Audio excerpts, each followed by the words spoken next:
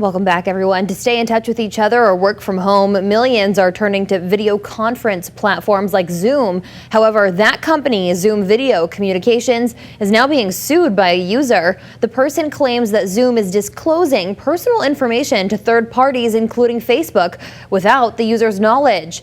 In the meantime, a new warning by the FBI saying some hackers are gaining access into these video conferences. It's being called Zoom bombing.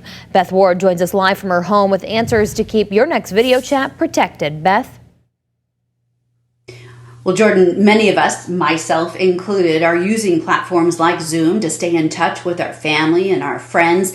However, the FBI says that they have received several reports, including several here in Massachusetts, about pornographic images or hate images just popping up out of nowhere, or threatening language that is also seemingly coming from nowhere. So they are issuing a warning tonight to make sure that you are safe and make sure that you know what you're doing when you're online learning or getting into some of these video chat rooms. So tonight we have some answers on how to keep yourself and your family protected.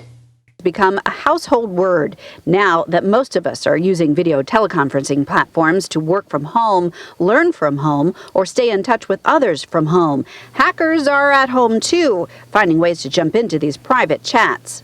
Pranking, more or less. Some of it's not so funny. Somebody put a swastika in a video stream, so it's not very humorous for most people. Tech expert Prager of GoGeeks in East Longmeadow tells Western Mass News it's not clear exactly how these hackers are gaining access. Because it's breaking news, we don't know exactly how they're getting into it.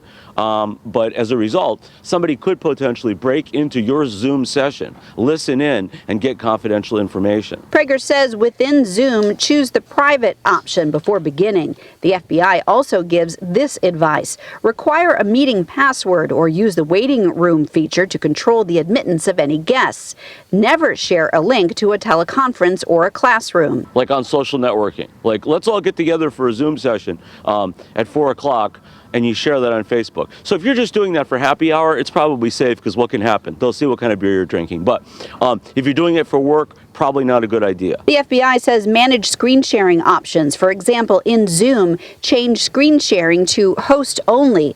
Prager says one of the biggest things you can do is to make sure your home network is secure. Zoom can have all the security in place possible, and so can your workplace. But if you're working from home and your own home network is, has no password on it, for instance, or has a password that's easy to break into, or a variety of other things, somebody could get in through that locally. The biggest and perhaps the most simple way to prevent hacking, he says, just like in school, take attendance. So there's supposed to be 12 people on the call, right? Take attendance. Are there 12 people on the call?